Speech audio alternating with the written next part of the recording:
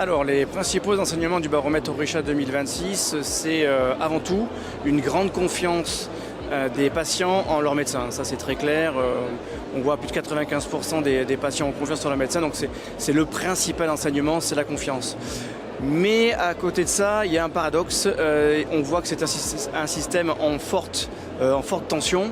Donc, on se dit, la confiance, c'est bien, mais il y a une problématique de prise de rendez-vous, de disponibilité, de relationnel avec le médecin. Donc on voit bien qu'il y a une confiance d'un côté et de l'autre côté des améliorations et des attentes qui sont sûrement de plus en plus exigeantes côté des patients.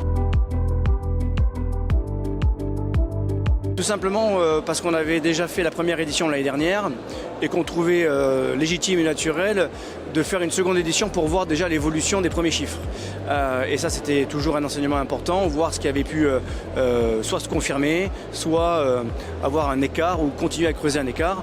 Et puis le deuxième point, c'était d'introduire, comme on ne l'avait pas fait l'année dernière, mais d'introduire l'intelligence artificielle, car aujourd'hui, comme ça impacte tout un chacun dans la vie de tous les jours, on s'est dit que ça allait forcément impacter le médecin et ou le patient dans sa relation entre deux.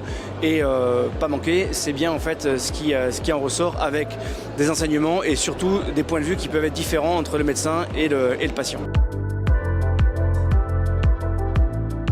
Alors nous, sur les solutions Orisha, on part du principe que l'outil est là pour être au service d'eux et à côté du médecin. Donc on n'est pas là pour l'embêter, on est plus là pour augmenter sa capacité, lui décharger, si je pourrais dire, de la charge mentale pour qu'il se concentre dans sa relation avec le patient, car c'est ce qui est le plus important. Donc on a des interfaces très user-friendly, on essaye d'améliorer constamment si on peut gagner 1 seconde, 2 secondes, 3 secondes par fonctionnalité, car on le voit bien dans un système qui est sous tension sur lequel la prise de rendez-vous des fois est longue, voire difficile.